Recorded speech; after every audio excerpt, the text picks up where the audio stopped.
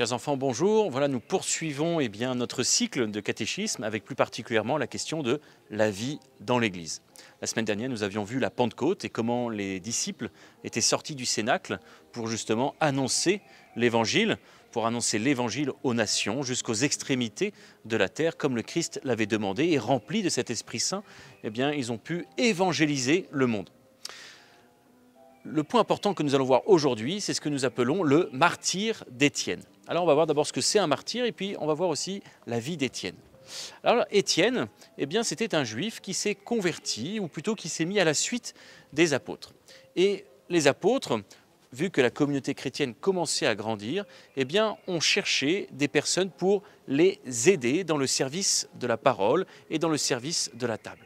Et donc ils ont choisi 7 hommes. 7 hommes, c'était d'ailleurs la première lecture de dimanche, où les apôtres, en priant l'Esprit Saint, ont choisi 7 hommes, dont Étienne, homme rempli de foi et rempli de l'Esprit Saint, nous dit l'acte des apôtres, et qui se situe justement dans le chapitre 6 du livre des actes des apôtres, et que je t'invite maintenant à ouvrir et à lire en même temps que nous avancerons dans l'histoire du martyre d'Étienne. Étienne est donc ce que nous appelons un diacre. Qu'est-ce que c'est un diacre ? À la messe, il y a le prêtre. Le prêtre, c'est celui qui préside l'Eucharistie. C'est celui qui consacre le pain et le vin qui deviendront corps et sang du Christ. Et il peut être assisté d'un diacre. Diacre, ça veut dire en grec, ça vient du grec et ça veut dire serviteur. Celui qui est au service de la parole, celui qui est au service de l'Eucharistie. Et c'est pourquoi, lorsqu'il y a un diacre à la messe, c'est celui qui va lire l'Évangile, qui va plutôt proclamer l'Évangile. Et puis c'est celui qui va préparer l'autel à la messe, il va préparer le pain et le vin pour les présenter au prêtre qui lui-même les présentera au Père. Et donc le diacre, c'est celui qui est serviteur. Et Étienne est un diacre. Étienne est un des premiers diacres. Il y en a 7 au total. Il y a Étienne, il y a Philippe, et puis je t'invite justement à lire au début du chapitre 6 du livre des Actes des Apôtres, la suite des prénoms des 7 autres personnes. Alors, on va commencer au verset 8. Étienne, rempli de la grâce, de la puissance de Dieu, accomplissait parmi le peuple des prodiges et des signes éclatants. Voilà que Étienne, choisi par l'Esprit Saint pour être au service de la parole, accomplit des signes et des prodiges éclatants. C'est exactement ce que Jésus avait annoncé. Si tu as écouté aussi l'Évangile le dimanche, Jésus dit, voilà, celui qui croit en moi fera les mêmes œuvres que moi, il en fera même de plus grandes encore, parce que je vais monter vers mon Père. Et donc Étienne, disciple du Christ, fait des signes et des prodiges éclatants. Alors intervient certains gens de la synagogue, donc de la synagogue, tu sais ce que c'est le lieu de rassemblement des Juifs, un peu de toute la région. Ils se mirent à discuter avec Étienne pour le mettre en contradiction, pour dire, non, Jésus n'est pas le Fils de Dieu, Jésus n'est pas mort, Jésus n'est pas ressuscité. Et puis, ils vont essayer de contredire Étienne, mais ils n'arrivent pas. Ils n'arrivent pas à résister à la sagesse et à l'esprit qui faisait parler Étienne. Étienne était rempli de grâce et de la puissance de Dieu. Il était rempli aussi de la sagesse de Dieu, de l'Esprit de Dieu, parce qu'il avait reçu l'onction de la part des apôtres, parce qu'il avait reçu les dons de l'Esprit Saint, que en général on le reçoit aussi le jour de notre confirmation. Étienne était à l'écoute de la volonté de Dieu. Étienne était tout simplement dans ce désir d'annoncer le Christ. Alors, les Juifs soudoyèrent des hommes pour qu'ils disent « Nous l'avons entendu prononcer des paroles blasphématoires », c'est-à-dire des insultes contre Moïse et contre Dieu. Ils ameutèrent le peuple, ils rassemblent tout le monde, les anciens, les scribes, et s'étant saisis d'Étienne à l'improviste, hop, on le prend à l'improviste, ils l'amènent devant le Conseil suprême, c'est-à-dire devant le tribunal. Ils produisirent de faux témoins, on va chercher de faux témoins, qui disaient « Cet individu ne cesse de proférer des paroles contre le lieu saint et contre la loi. Nous l'avons entendu affirmer que ce Jésus le Nazaréen détruirait le lieu saint et changerait les coutumes que Moïse nous a transmises. » Tous ceux qui siégeaient au Conseil suprême avaient les yeux fixés sur Étienne, et ils virent que son visage était comme celui d'un ange. Je vais revenir un petit peu sur ça. Tu vois, si tu fais mémoire un petit peu de ta connaissance de l'Évangile, tu vois qu'ici se dresse à peu près le même procès que Jésus. Jésus a eu ces mêmes accusations. On l'accusait de vouloir changer la loi, de vouloir détruire le temple, etc., etc., en faisant appel à des faux témoins. Tu vois, aussi, Étienne, homme rempli de foi et d'Esprit Saint, rempli de la grâce et de la puissance de Dieu, rempli de la sagesse et de l'Esprit Saint, est en contradiction justement avec les Juifs. Et les Juifs essayent de trouver des faux témoins pour condamner Étienne. Alors le grand prêtre demanda, « Cela est-il exact? Est-ce que ces faux témoins disent la vérité ?»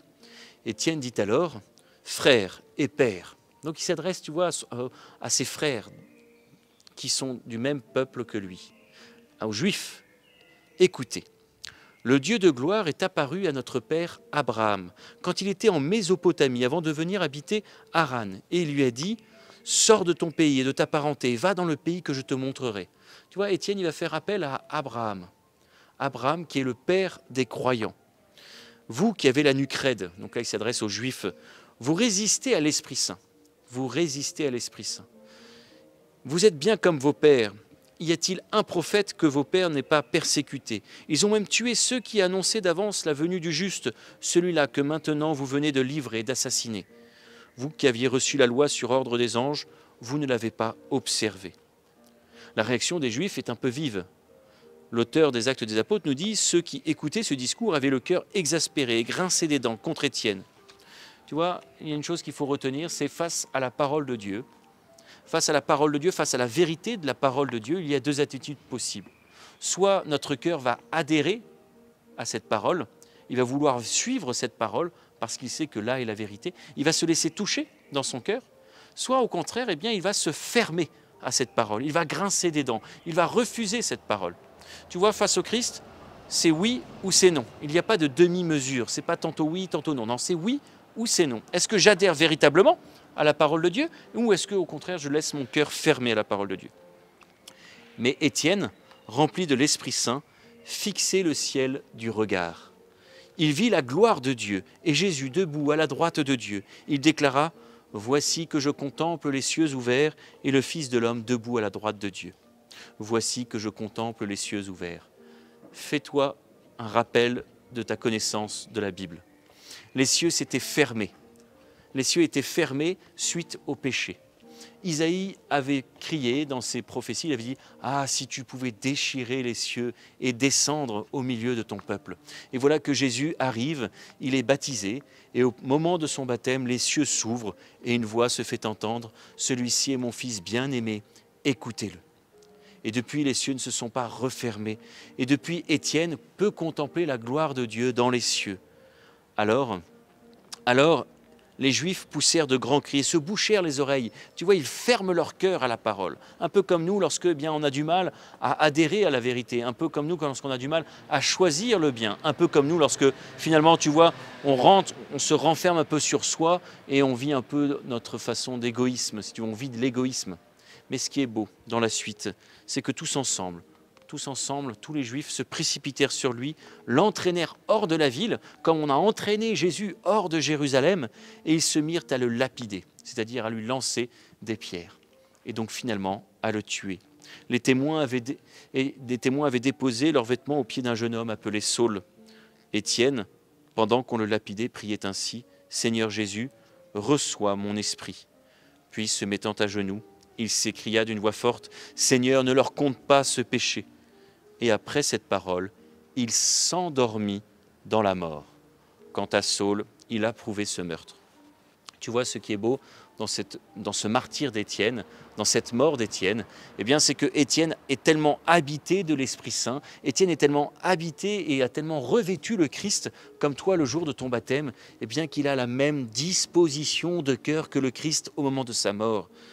Seigneur, Jésus, reçois mon esprit.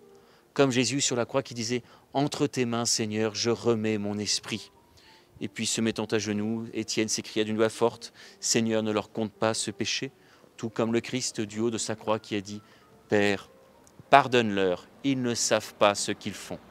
Père, pardonne-leur, ils ne savent pas ce qu'ils font. » Et après cette parole, il s'endormit dans la mort. Et Jésus, après cette parole, remit l'esprit à son Père.